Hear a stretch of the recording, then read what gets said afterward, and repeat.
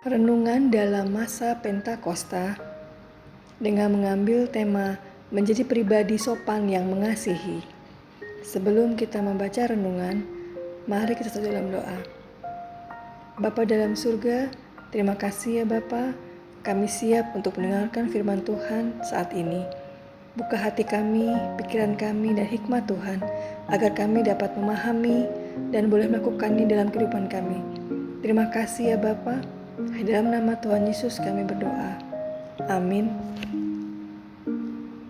Menjadi pribadi sopan yang mengasihi diambil dari 1 Korintus 13 ayat 4 sampai dengan 7. 1 Korintus 13 ayat 4 sampai dengan 7. Kasih itu sabar, kasih itu murah hati. Ia tidak cemburu, ia tidak memegahkan diri dan tidak sombong.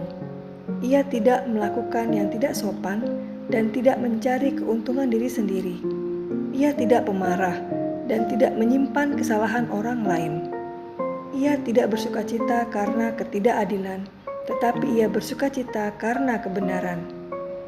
Ia menutupi segala sesuatu, percaya segala sesuatu, mengharapkan segala sesuatu, sabar menanggung segala sesuatu. Kasih merupakan sebuah hal penting dan yang terutama. Tuhan mengingatkan dan mengajarkan agar memiliki kasih yang baik. Di sekolah minggu, dalam khotbah-khotbah maupun gereja, setiap kali dalam persekutuan, kita diingatkan tentang hukum kasih yang berbicara mengenai bagaimana manusia harus mengasihi Tuhan dengan segenap hati, jiwa, akal budi, dan juga mengasihi sesama manusia seperti mengasihi diri sendiri. Selain dari Injil, pada bagian lain Alkitab, ada banyak perintah untuk hidup dalam kasih. Satu di antaranya adalah pada 1 Korintus 13 ayat 1 sampai dengan 13. Di sini disebutkan bahwa setiap pengikut Kristus harus hidup dalam kasih. Salah satu unsur tindakan kasih yang disebutkan dalam pasal tersebut adalah kesopanan. Kita dapat baca dalam Korintus pasal 13 ayat 5. Ia tidak melakukan yang tidak sopan dan tidak mencari keuntungan diri sendiri. Ia tidak pemarah dan tidak menyimpan kesalahan orang lain. Di sini disebutkan bahwa kasih tidak melakukan yang tidak sopan. Sebagai masyarakat Indonesia, kita tidak asing dengan kata sopan. Kata ini dapat ditemui dimanapun, di gereja, di sekolah, rumah, dan tempat umum lainnya. Hal tersebut tidak terlepas dari Indonesia sebagai negara yang menjunjung tinggi kesopanan. Bila terus ditanamkan dan dilakukan terhadap siapapun yang kita temui, baik kepada sesama, kesopanan tersebut dapat menjadi hal yang baik, karena hal itulah yang dikehendaki Tuhan untuk dapat kita lakukan dalam kehidupan kita sehari-hari. Tuhan Yesus adalah teladan sebagai pribadi yang memiliki sikap sopan terhadap siapapun. Bahkan orang-orang yang membencinya, ia mengedepankan sikap sopan. Seperti yang kita pahami, Yesus seringkali berdiri pada posisi yang tidak menyenangkan. Kesalahannya dicari-cari, dicaci maki, dianggap menipu, bahkan difitnah. Marcus Borg adalah seorang penulis dan teologi Amerika, memaparkan beberapa tujuan atau penyebab mengapa Yesus disalibkan. Borg menjelaskan salah satu tujuan yang sering kita dengarkan dan mengerti mengenai penyaliban Yesus adalah untuk menebus dosa-dosa kita. Namun di sisi lain, Borg juga menjelaskan terdapat sebuah tujuan atau penyebab lain, yaitu mengenai politik salib. Pada masa itu Yesus dianggap sebagai lawan dari pemerintah kala itu karena apa yang dilakukan Tuhan Yesus, seperti membuat mukjizat, mengajar, dan memberikan banyak teladan, telah membuat masyarakat pada waktu itu semakin banyak mencari-cari dan mendengar apa yang dikatakannya. Peristiwa Yesus disalibkan dan Barabas yang dilepaskan menjadi salah satu hal yang secara tidak langsung memperlihatkan Yesus mendapatkan perlakuan yang seharusnya tidak diterimanya. Namun menariknya, apakah Yesus membalas segala perbuatan tersebut dengan kasar atau semena-mena? Yesus senantiasa mengajarkan dan mengingatkan kita untuk tetap mengasihi siapapun pribadi yang kita temui, termasuk orang-orang yang tidak suka terhadap kita ataupun sebaliknya. Yesus menginginkan kita memiliki kasih yang tanpa syarat. Salah satu bentuk kasih itu adalah tidak melakukan yang tidak sopan. Namun, kita juga paham bahwa menjadi sopan tidak sepenuhnya mudah. Terkadang, kita sudah bertindak sopan dengan siapapun, masih ada pihak yang memberikan ujaran kebencian kepada kita. Cari muka lah, sok sopan di depan orang tua, atau banyak hal yang lain. Sebagai murid Yesus, kita pasti tidak terlalu menganggap hal tersebut karena memang bertindak sopan adalah salah satu tindakan yang mewujudkan dan menyatakan cinta kasih.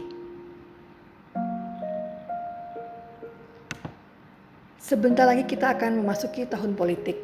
Pada tahun 2024 mendatang, kita akan bersama-sama memilih calon presiden dan wakil presiden dalam pemilihan umum. Dalam masa-masa seperti ini, biasanya terdapat beberapa hal yang akan kita temui. Salah satunya adalah maraknya ujaran kebencian yang diberikan oleh kelompok satu dan kelompok lainnya, baik di media sosial maupun dalam kehidupan sehari-hari. Bagaimana umat menanggapinya? Sebagai umat yang hidup dipenuhi roh cinta, tentu kita tidak akan terprovokasi oleh hal-hal semacam itu. Kepada kita senantiasa ditanamkan dan diajarkan untuk dapat mengasihi sesama dalam keadaan apapun, meskipun hal tersebut tidak mudah dilakukan. Kita percaya bahwa kebiasaan untuk jadi sopan yang terus ditanamkan oleh setiap kita pada akhirnya akan menjadikan kebiasaan yang baik. Selain itu, ketika kita mampu menanamkan hal tersebut dalam hati dan pikiran kita, maka kita akan paham dan tidak mudah terprovokasi dengan hal-hal negatif seperti memandang rendah orang lain atau membicarakan atau bahkan memfitnah dan lain sebagainya.